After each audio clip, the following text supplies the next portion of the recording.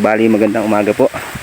Meron naman tayo ditong pinare-relocate na property na may sukat na 6 na hektarya sa Barangay Kabatuhan, Labo, Camarines Sur.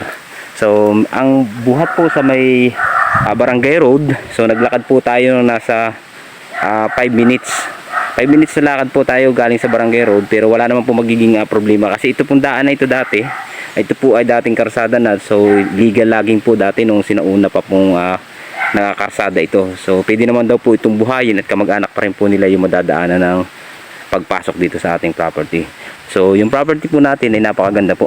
So bago po natin pasukin ng property, so ako nga po pala uli si Erwin Sibera ng Art of Field Vlog, ay muli na naman yung samahan sa pag-ikot sa loob ng ating property na sukat na 6 hectares mahigit. So ang kagandahan po ng property na to ay pumalibot po tayo sa source ng tubig dito sa area ng property. Dito po nakuha sila na supply, yung pinakang kabayanan po dyan sa baba. Dito po sila nakuha ng source ng tubig. So mapapansin po nyo yung area na maraming nyug na yan, yan na po yung 6 na hektarya na pinabibinta po sa atin ni seller. So maganda po, tara ikutin po natin yung pinakaloob ng ating property na 6 na hektarya. So dito na po yung start Tapos dito na po tayo makakuha ng 3 meters right of way papunta ng Barangay Road. So napakalapit naman po, nasa 200 meters lang papasok dito.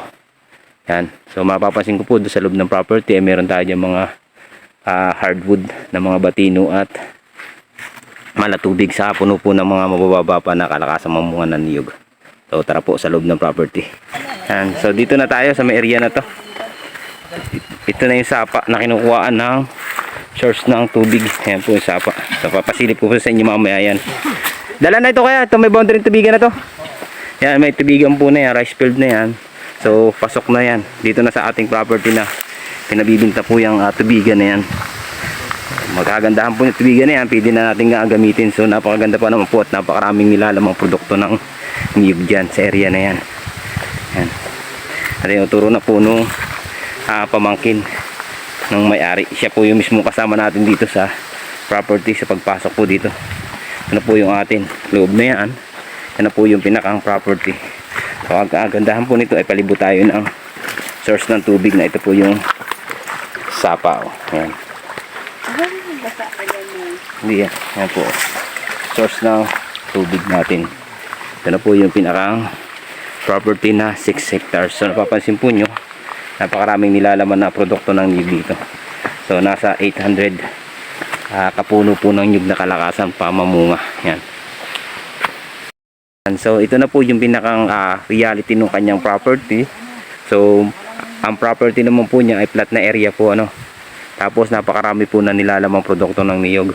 So ang title nga po pala nito, ang pinanghahawakan lang po ngayon nung seller nito ay tax declaration, pero na-apply na po nila. Okay na rin po sa DNR. So i-relocate, ito po ay i-relocate na ng panibago. Tapos yung makakabili po nito ay tatransfer na sa pinakang pangalan daw po nung pinakang gustong mag-avail nito.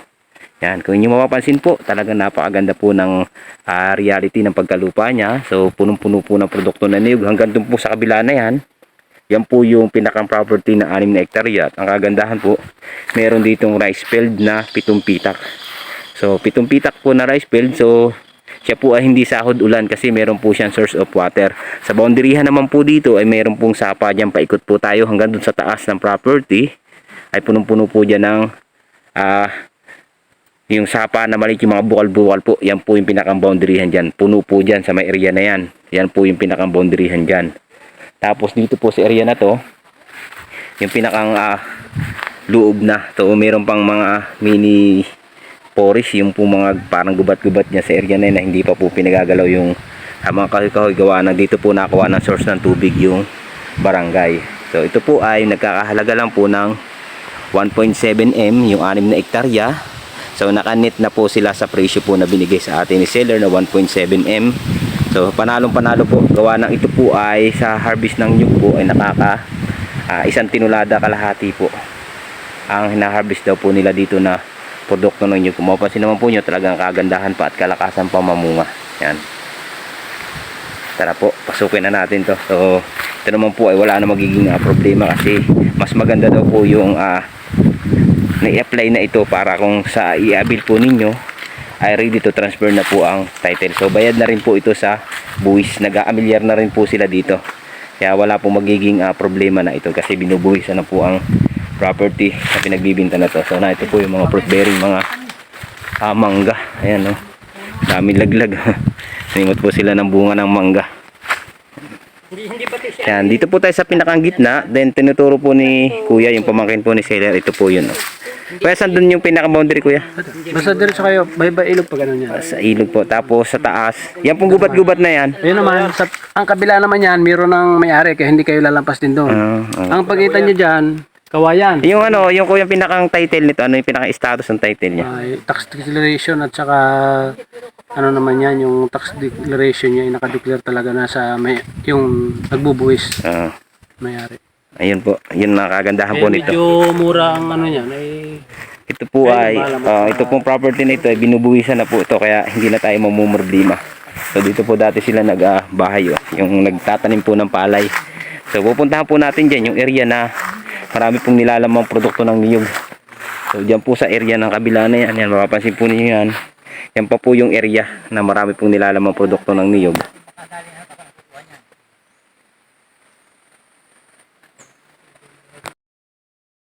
doon meron ng ano doon, hindi ka nalalampas doon. Yan po yung area na ito. So yan po ay kasama pa yan sa may area na yan. Tapos doon po sa may taas, meron naman daw po mga palatandaan na mga puno ng kawayan, Kuya. So hindi na po tayo maliligaw sa 6 hectare na to kasi meron naman po siya dyan mga may mga kanya-kanya sukat na po siya dyan sa may boundaryhan na yan. So pinistuhan lang po natin ito pinakang gitna. Ito naman, hindi tayo makakalampas dito. Para makita po natin itong pinakang marami niyang nilalamang produkto ng niyog. Tapos yung mga kalapit naman po nyo dito sa area na to ay kanya pong mga tiyahin o kamag-anak, mga pinsan po. Tapos ang kagandahan po ng property na to, wala po siyang tenants. So meron lang po sila dito ng tao na naglulukad sa area ng property na to. So napakarami naman po talaga na produkto natin makukuha dito sa property na to kasi ito po ay punong-puno na ng niyog. Yan. Ito po yun. Napakaganda po, tapos napakarami pang fruit berry. Nangwanga po kami ng manggang kalabaw, yan po. Tapos maraming mga santol, langka. Mga bagong salita dyan. Tapos yung tubigan naman po niya, so hindi po siya nagkakati kasi mayroon po tayong sapa. Tapos mayroon siyang bukal na pinagkukunan ng source po dyan sa pinakagubat-gubat dyan na nadadalhan pa natin yung property na yan. Kung nyo mapapansin po, pwede pa tayo magtanim dito ng palay. Yan, yan po. May mga tubig pa. May mga bukal po itong ating sakop na rice field na to. Yan, so dito na tayo sa pinakang maraming nilalamang produkto ng niyog. Yan, sinamahan na tayo nung pinakang pamangkin ni seller. Yan po. Kung nyo mapapansin, may nara, tapos punong-puno siya ng niyog. Tapos yung area po ng lupa niya, so flat naman yung area niya. Yan. Tapos may malaking kahoy pa yun. Sasakupan pa ng ating property. So panalo po tayo sa presyo nila dito na 1.7 M. So punong-puno ng produkto, 6 na hektarya. Ito po yung pinakang kanyang property. Dami pong nilalamang hardwood. Yan yung mga hardwood niya na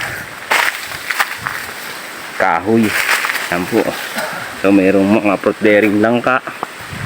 Dami naman po pala laman dito ng nyug sa may area na ito, no? Ito po. Tapos punong-puno siya ng produkto na niyog. So sa mga retired investment na naghahanap po ng ganitong property, so ito po may offer namin sa inyo. Makikita po ninyo ang aming contact number, ang WhatsApp and Viber po sa taas ng ating screen. Yan. Niikot na po natin yung 6 na hektarya po. Talagang napakarami po na produkto ng niyog at napakamura po nito. Sa 1.7 M nyo ay panalo na kayo. Nandito na po tayo sa may pinakang may dulo, pero napapansin po natin na puno-puno pa rin po siya ng produkto na niyog. Tapos flat pa yung area niya. So ang amilyar naman po nito ay updated na tayo. So binubuhisan na po ito. Tapos yung nasa tax declaration po, siya po mismo yung nagbibinta. Siya po mismo yung seller nito. Nandito na po yung pinakakuprasa ng lukad. Ito na po. Dami bunga talaga. Utok sa mga bunga po ang nyug. Ang daming bunga. Ayan. Utok sa bunga. Ang lakalakasan pa mamunga ang nyug. So ganda pa ng area ng pagka lupa niya. So flat. Nasa 70% flat, 30% upland. So ito na po yung kanyang tapahan. So wala lang siyang bubong. Ayan po. Tapos yung boundary niya, ilog. Ito na po yung sapa. Sapa na boundary. Tamawid pa tayo dyan, kuya? Hindi na po. Ito lang. Yung sapang ito.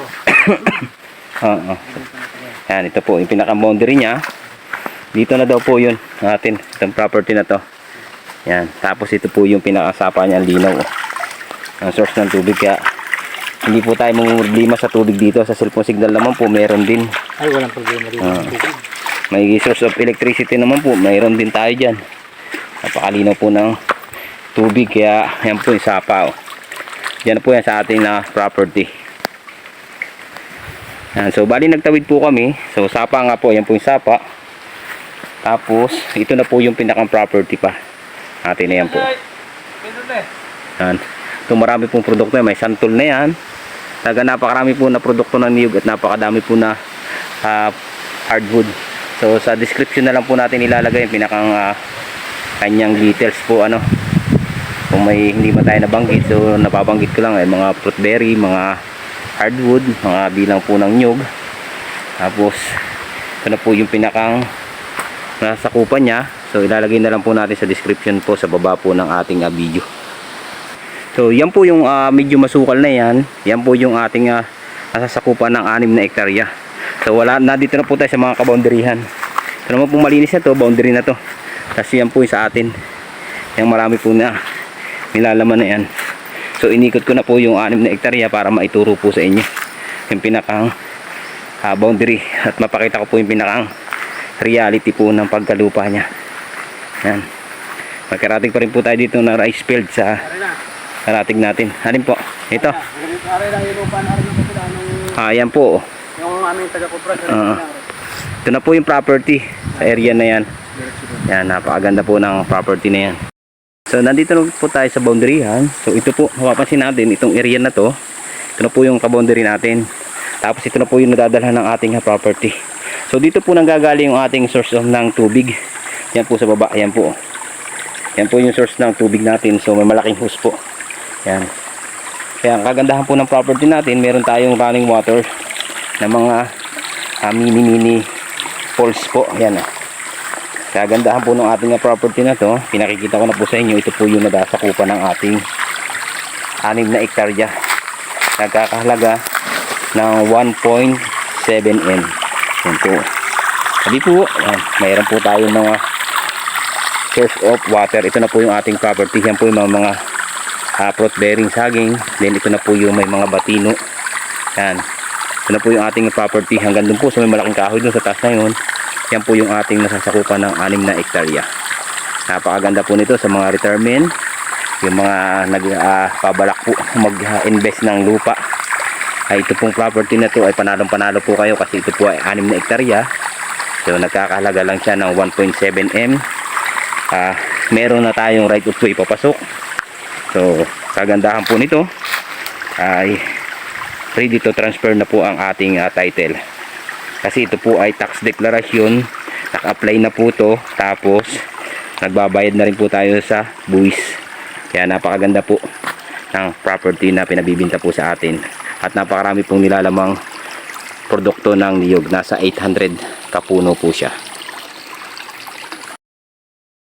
Yan, so bali palabas na po tayo sa pinakang loob ng property. Yung nakikita po ninyong yan. Yan na po yung ating property na 6 na hektarya. So kagandahan po dito. So may pa-previous pa tayo na manggang kalabaw po. Ayan, oh. Isang malaking bag na manggang kalabaw. So bigay po sa atin yan nung seller. So bali palabas na po ako sa ating property. So yung po inuulit ko, yung mga gusto po mag-inquire ng property ng 6 na hektarya, nagkakahalaga po ng 1.7 M. So abil na po kayo. Ito po yung ating source ng tubig dito sa area po ng property. At ang cellphone signal naman po ay talagang napakaganda naman po dito at napakalakas. So meron din naman po tayo na source of electricity dito. So nasa 200 meters lang po tayo pag tayo manggagaling po sa barangay road. So cemented road po yan ha, yung ating barangay road dito pagpasok. Tapos yung dito naman po ay dati na itong binutas na karsada. Ito po dinadaanan natin na to. Dati na po siyang sinudsod noong unang panahon daw po. Ito daw po yung barangay road ng laging noong una. Pero ngayon napalitan na siya ng puro produkto na niyog. Wala na po siyang gubat na nadadalhan. Puro tinaniman na po ng produkto ng niyog. So yung mga buyer po dyan na inuulit ko na gusto pong mag-inquire sa aking sa aming contact number. So PM na po kayo dyan sa number na yan. Makikita po nyo sa taas ng screen. So ito yung pinaka reality po niya. Napakarami po uli ng produkto na niyog. Nasa 800 plus po. Tapos ang nilulukad po niya o nabubuo po ng niyog na ito ay nasa 1.5 tinulada. Yan. Isang 1,000 kalahating kilo po nakukuha dito sa produkto ng niyog. So yun po ating laging nakasubaybay sa ating ina-upload. So huwag po natin kalimutan ipindutin ang ating notification bell para lagi po tayong updated sa mga video po natin na ina-upload na murang property. So hanggang dito na lang po ang aking video. Maraming salamat. Thank you for watching.